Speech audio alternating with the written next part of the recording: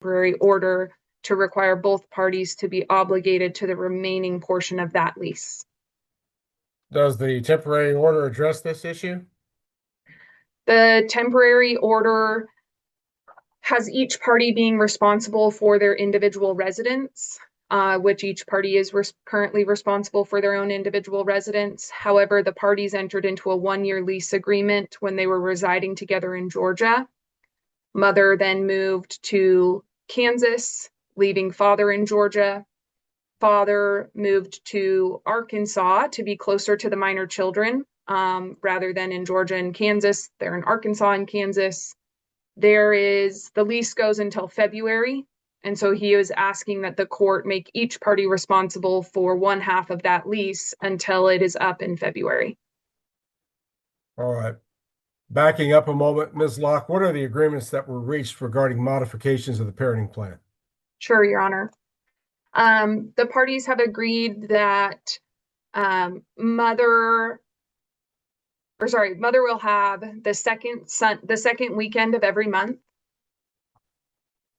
That father would have the 4th weekend of every month. There's a divided residency situation, so that means they'll meet to exchange the kids, and all the kids would be together during those weekends.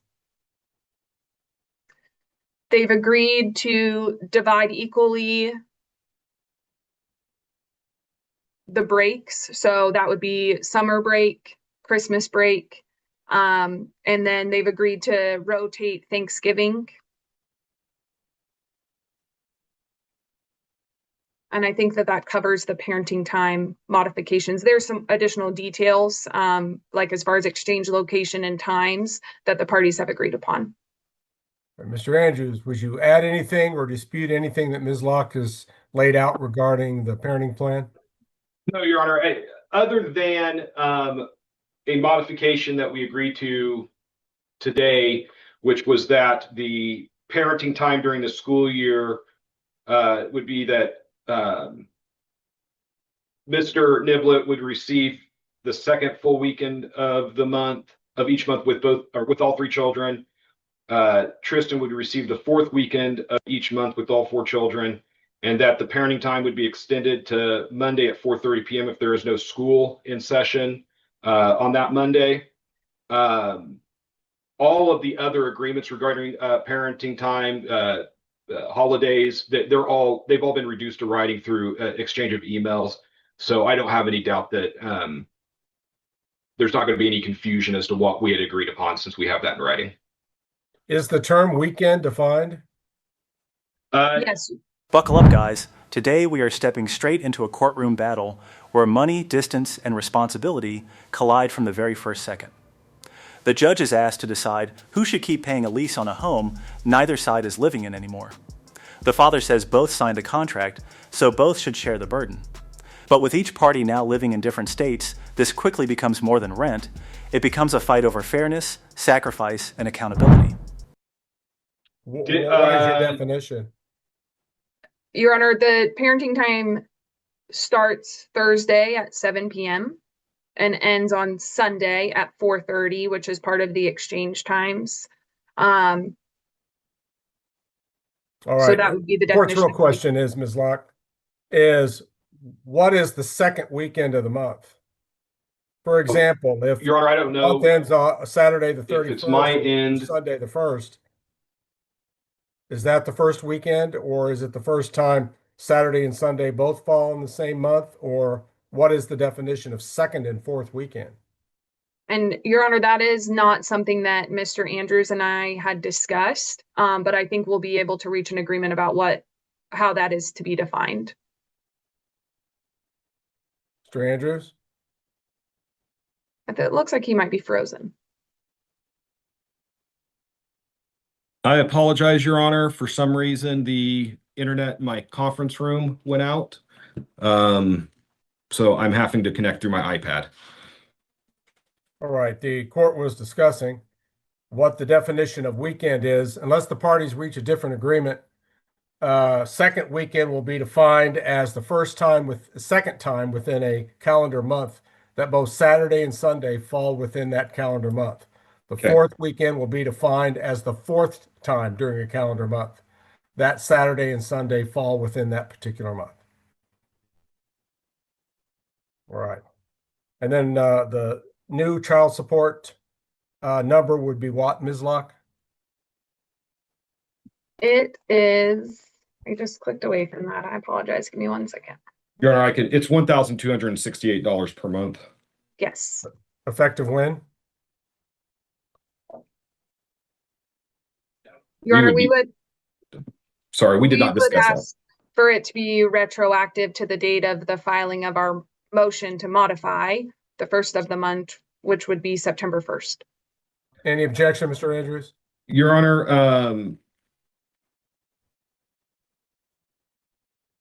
the concern is that may result in an overpayment, and this is a temporary child support amount. What I would ask instead is that the effective date be October 1. However, the court to reserve jurisdiction over any overpayment or over the issue of whether it should be retroactive back to the day of the filing of the motion and disposition of that overpayment. All right, so your client's already received the full amount of child support that was originally. The focus now shifts from money to the children, and this is where the case becomes more personal. Both sides begin outlining a parenting plan that decides weekends, school breaks, holidays, and exchanges. What sounds simple on paper actually controls how this family will function moving forward. Every date matters, every weekend matters, and every agreement here shapes the future rhythm of the children's lives after separation. Ordered for the month of September? I believe so, because I believe that an income withholding order was issued by the DCF, if I'm not confusing my cases. All right, Ms. Locke? Your Honor, I believe an income withholding order has been issued, and I know that my client privately remitted catch-up payments based on the original child support order from July. So he paid the months that were not caught by the income withholding order already. Right, and I was thinking that he was effectively current on his child support obligation. So I would just ask if we reserve the issue of child support payable up to October 1 until a later date, final order to be resolved either as an overpayment or not. Since the new child support order is effective October 1st. All right. You've addressed some of the issues. Mr. Andrews, I'm curious about what your client's position is regarding this Georgia lease. Your Honor, we essentially take two positions regarding that. Number one is we dispute that the reason Mr. Niblett moved to Arkansas was because of Ms. Niblett's move to Kansas. Instead, we believe that Mr. Niblett sought and obtained a better position within his company that required a move out of state, and that move was to Arkansas. He took advantage of that improvement in his position, and so he should be responsible for the lease payments that resulted from that decision. It's true Ms. Niblett did sign the lease to Georgia, this was a situation where Mr. Niblett's the one who chose to take the job and move to Georgia. Ms. Niblett did move down later. I think it was approximately 1 to 2 months after he had moved to Georgia that she did, but it was only for a brief amount of time before she then moved back to Kansas. The second issue is that there's a sizable disparity in income in this case. Mr. Niblett's gross income is $8,750 per month. His net income Ms. Niblett's gross income is $3,001 per month, pursuant to the child support worksheet.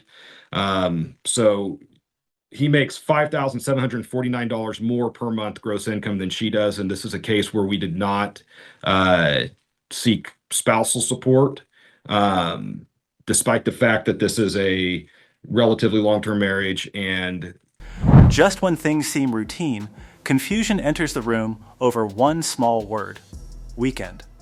But in family court, even a single word can create months of conflict. Then a lawyer suddenly freezes because of internet issues, adding an unexpected twist. Once reconnected, the judge steps in and defines the schedule himself. It's a reminder that when parties can't agree on details, the court will do it for them with final authority. There's a significant disparity in income. We do not believe that the expenses on the domestic relations affidavit are entirely accurate regarding his ability to pay the Georgia rent. We would note that one of the expenses is $250 per month for school expenses, which would be $3,000 per year for one child. That seems excessive. Another is property tax is $247 per month. That's $2,964 per year for what would only be personal property taxes, since there's no real estate, I don't believe in this case. Again, that seems excessive. Further, the credit card payments that are noted, the total of the credit card payments was $1,278.94, but Ms. Niblett has indicated that Mr. Niblett would routinely put most of his expenses on his credit cards and then pay those expenses off at the end of the month, meaning that we believe that a number of the expenses included on the domestic relations affidavit are actually paid by the credit cards and then reimbursed through the credit card payments, which effectively is doubling up on the expenses on the domestic relations affidavit. So, for example, he spends $800 per month in food, but if that's being put on a credit card and then he's making payments on his credit card, he's getting credit on the domestic relations affidavit for the $800 a month in food, plus the credit card payments that's paying the $800 a month in food. And so for those reasons, we believe he has the ability to pay this Georgia rent, and that based on the disparity in income, it would be fair, just, and equitable for him to pay the Georgia rent since he's not paying spousal support. And further, we believe that the fact that he has two rents was a decision he made in order to better his financial prospects and not because of Ms. Niblett moving back to Kansas. Mr. Andrews, wouldn't you concede that once Mr. Niblett takes $1,268 a month out of his net income, transfers it to the net income of your client, that income gap, as a practical matter, narrows considerably? I wouldn't say it narrows considerably, Your Honor. It narrows, but I wouldn't characterize that as considerable, given the fact that it's a pretty sizable. I mean, he grosses approximately $70,000 more per year than Ms. Niblett. I don't think that $1,296 a month in child support, helping her pay for the expense of the children, noticeably narrows that gap. Because now, the money fight gets sharper. The court discusses child support, setting the new payment at $1,268 a month, but the real argument is when it should begin. One side wants it backdated, the other warns that could create overpayment. Past payments are brought up, records are questioned, and tension rises. This moment shows how one date on paper can mean thousands of dollars in real life. So I would say that this is a case, typically there would be at least contemplated a spousal support obligation, given the disparity in income and the length of time these parties have been married. But we are not seeking that because we know that Mr. Niblett has expenses such as this Georgia lease payment. So I guess what we would ask is that if Mr. Niblett is going to ask that Ms. Niblett pay half of his expenses, that he provide spousal support. It's like you're attempting to make what I think is perhaps a final issue in this case, a temporary order issue. Why does this lease issue need to be decided now? Your Honor, the lease ends technically in February, so the party's obligation is through February. So we're asking the court to deal with it now because it's possible that the case will not be resolved by the time the lease is no longer an issue. Okay. Have the parties completely moved out of the property? Yes, Your Honor. My client has relocated to Arkansas, and obviously Mr. Andrews' client moved to Kansas some time ago. All right. So both parties are, I guess, in default on the lease at this point. or are the lease payments being made by someone, The lease payments are being made. by your client? Yes, Your Honor. Mhm. And I guess that would be another issue is I don't know what Georgia landlord tenant law is, but at least under Kansas, if you terminate the lease early, there's a obligation of the landlord to relet that property as soon as possible and terminate, at which point the lease payments would terminate. It can't just be left empty and allowed to collect those lease. So if the parties terminated the lease early, they're obligated on that under those lease payments until the property is re-rented. But I would expect that the landlord's going to re-rent that property, thereby obviating the need to pay the rest of the lease. But that doesn't relieve the pressure of paying 2 leases until the property is relet, if it is relet during the contract period. Plus, this court isn't aware that Georgia law would be as enlightened as Kansas law might be in a corresponding situation. The court determines that both parties are equally obligated under this lease. However, that there is a disparity in income which this court should consider. The court will require that beginning with the lease payment that would be due for the month of October of 2025, the parties will be responsible for payment of any lease payment due to the landlord in Georgia in proportion to their respective incomes as reflected by the most current child support worksheet. This is where the gloves come off. One attorney pushes back hard, arguing the father didn't move to be near the children at all, but moved for a better job and better pay. Then the financial records come under fire, expenses are called inflated, taxes questioned, and credit card payments challenged. What started as a lease dispute now becomes a full attack on credibility, motives, and financial honesty. What is that percentage under the current worksheet, Mr. Andrews? 28% for Ms. Niblett, 72% for Mr. Niblett. That will be the proportion ordered by the court.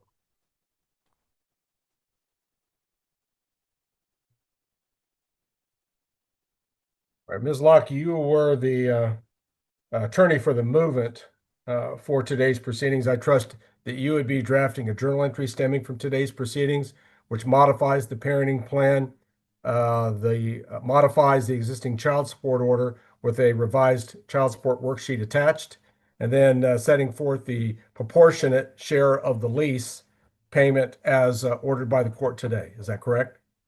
Yes, Your Honor. All right. And you have in your possession the actual updated child support worksheet prepared by Mr. Andrews. Is that also correct? I have one that has handwritten modifications to it, so I would just ask that the actual modifications be made, and then, yes, I will have it. Bradley refused to let me make the modifications. I don't know why, but it would not work. It would not save. That's why it's handwritten in. I'll So see if I can recreate it, and then, yes, I will have it. I spent, I would guess, a good 20 minutes trying to figure out how to get that to work on Bradley, and it just would not work. So Because the judge now presses directly on the income gap argument. He points out that child support already shifts money from one side to the other, narrowing the difference. But the response comes fast, not enough. Then comes the surprise twist: spousal support enters the conversation. The attorney argues that if one side wants help paying expenses, then support should also be on the table. The stakes just got bigger. I decided I would go old school. And Ms. Locke, if you can't make it work, and you very well creatively may be able to, a handwritten one is fine as long as the parties agree on the handwritten modifications to anything that's printed on the worksheet. Understood. We are talking about a temporary order here. So some flexibility, I think, is called for under the circumstances. Counsel, are we going to eventually need a trial date in this case on issues arising or still existing in the case? I don't know. I don't think that I can answer definitively one way or the other whether this is going to be a case that has to go to trial. I still believe that we could work out an agreement. We kind of focused on resolving this temporary order issue. I spoke with Ms. Locke before the hearing that My next step is to start gathering the rest of the documents I need in order to submit a property settlement agreement, property settlement proposal. I think that we've pretty much, with this agreement, resolved the residency and parenting time issues. I'm not expecting that this agreement is meant to just only be a temporary agreement that's going to be modified prior to the final orders. I don't want to speak for Ms. Locke on that, but at least I'm optimistic that that's not going to be a contested issue. And I still think that once I get some additional information to make the proposal, that there's a good chance of success at settling the case. Here comes the moment everyone was waiting for, the ruling. The judge questions whether both parties left the property, whether payments are still being made, and whether the landlord can re-rent the home. After weighing everything, the court decides both remain responsible. But instead of a 50-50 split, payment will follow income percentages, 28% for one side, 72% for the other. A clean decision with serious impact. All right, Ms. Locke, do you see things differently at this current time? Not at this current period of time, Your Honor. Very well. Then I'll allow counsel some opportunity for further discovery and further negotiation with the optimism that a comprehensive agreement may eventually be reached in the case. Then you can inform the court that you'll need an appropriate hearing date. All right, the court will look forward to receiving Ms. Locke's modification order with child support worksheet attached in the court's queue in the near future. Mr. Andrews, is there anything else we need to address at this time? Not to my knowledge, Your Honor. Ms. Locke? No, Your Honor. Very well. Then at this time, the Niblett matter will be in recess and the meeting can be ended for all.